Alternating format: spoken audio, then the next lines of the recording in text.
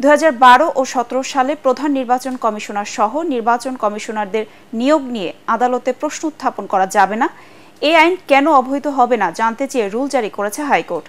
আগামী 4 সপ্তাহের মধ্যে আইন সচিব সহ সংশ্লিষ্টদের রুলের জবাব দিতে বলা হয়েছে। বিচারপতি AKM আসাদুজ্জামানের নেতৃত্বাধীন দ্বৈত বেঞ্চ এ রুল জারি করেন। শুনানিতে রিটকারীর আইনজীবী শিশির মনির বলেন, 2014-2018 সালের নির্বাচন কমিশনাররা যদি অবৈধ হয় তাহলে ওই দুটি নির্বাচনও অবৈধ হবে। তিনি আরো বলেন, আইন করে নির্বাচন কমিশনকে দায় মুক্তি দেওয়া হয়েছিল। সেই দায় মুক্তির আইনে বলা হয়েছে এটা নিয়ে কোনো আদালতে প্রশ্ন উত্থাপন করা যাবে না।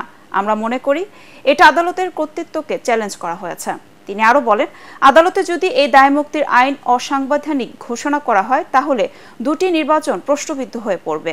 এর আগে নির্বাচন কমিশনারদের দায় মুক্তি দেওয়ার বৈধতা চ্যালেঞ্জ করে গত 18 আগস্ট হাইকোর্টে রিট করেন সুপ্রিম কোর্টের 10 জন আইনজীবী। একই সাথে 2014 ও 2018 সালে নির্বাচনের আগে প্রধান নির্বাচন কমিশনার সহ নির্বাচন কমিশনারদের নিয়োগ নিয়ে প্রশ্ন তোলা যাবে না এমন বিধান বাতিল চাওয়া হয় রিটে। কোনো আইনের মাধ্যমে কোনো ব্যক্তির অ্যাপয়েন্টমেন্টকে কিংবা কাজকে এইভাবে দায় মুক্তি দেওয়া যায় না। যদি দায় মুক্তি দেওয়া হয় তাহলে এটি বাংলাদেশ সংবিধানের মৌলিক যে কাঠামো আছে তার সঙ্গে সাংঘর্ষিক হয়, পঞ্চম সংশোধনী মামলার রায়ের সঙ্গে সাংঘর্ষিক হয়।